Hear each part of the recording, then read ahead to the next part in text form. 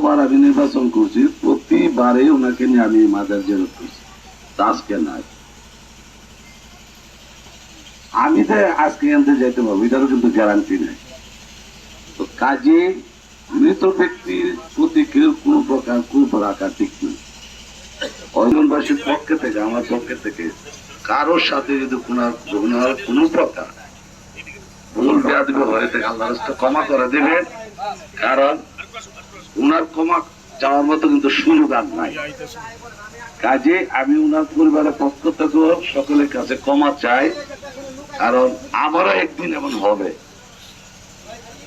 আমিও ক্ষমা চাইতে পারবো একদিন আমারও হবে। কাজে আমি চেয়ারম্যান হিসাবে আপনাদের কাছে জোর হাত করে ক্ষমা চাইছি। আপনার আল্লাহর রাস্তে ওনার ভুল ভ্রান্তি যদি থাকে আল্লাহর রাস্তে ক্ষমা করে দিবেন। আর আমাদের জন্য আপনারা দোয়া করবেন যেন আমরাও যেন এই চলে। আজকে যে উদ্দেশ্যে আমরা এখানে জমায়েত হয়েছি সেই পথের প্রতীক আমাদের সকলকে হতে হবে। আমাদের এই মৃত্যুটা ঈমানের সহিত দান করেন।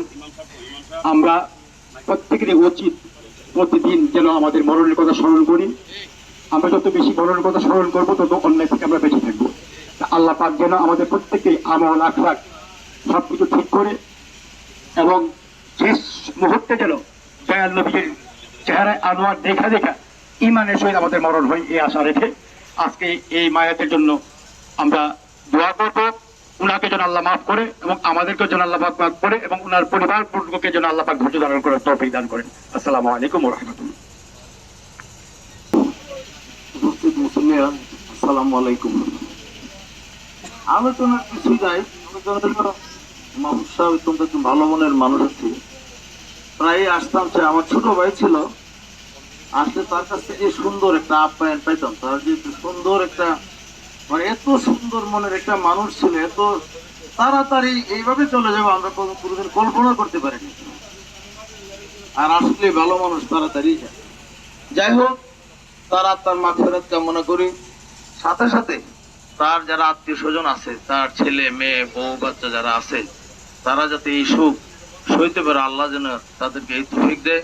আপনারা সকলেই মন ভরে আল্লাহর রাস্তে দোয়া করবেন, উনি যদি ব্যস্ত নসিব হয়। আসসালামু আলাইকুম ওয়া রাহমাতুল্লাহি ওয়া বারাকাতুহু। আসলে মাহমুদ সাহেব ছিলেন একজন সাধক।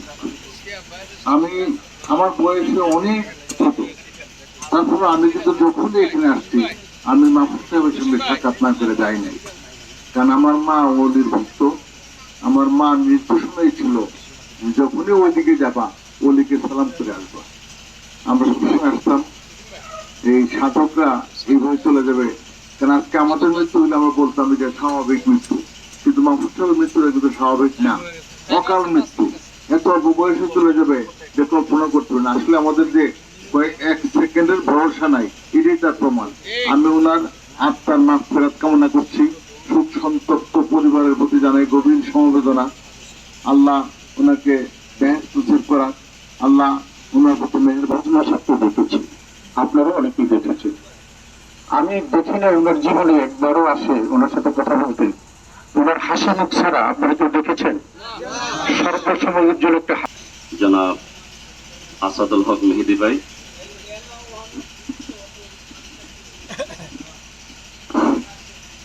বিসমিল্লাহির রহমানির রহিম। আসসালামু আলাইকুম। আজকে যিনি মায়াত, আমরা পাঁচ ভাইয়ের মধ্যে সে ছিল দ্বিতীয়, মাহফুজুল হক মোতায়েব, যাকে আপনারা মাহফুজ মিয়া সাহেব হিসেবে জানেন,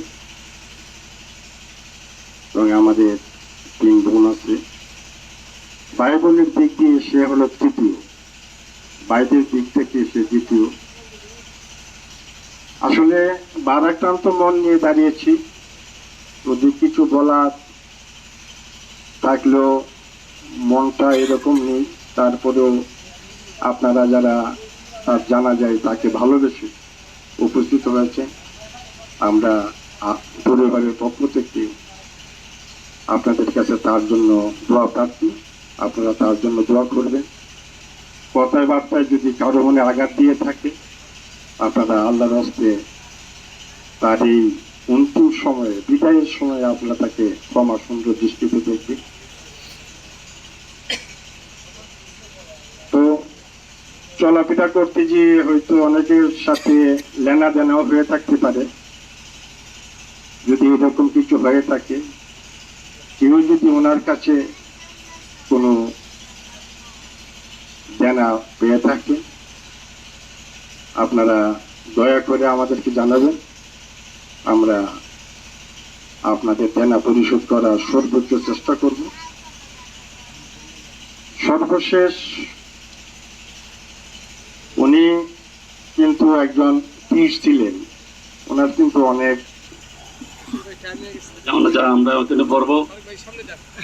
জনাব মাহফুজ মিয়া সাহেব কেমন ছিলেন? জনাব মাহফুজ মিয়া সাহেব কেমন ছিলেন? জনাব মাহফুজ মিয়া সাহেব কেমন ছিলেন? আল্লাহ তুমি কবুল করো, সকলে বলে আমিন। একটু যারা দাঁড়িয়ে আছেন সামনে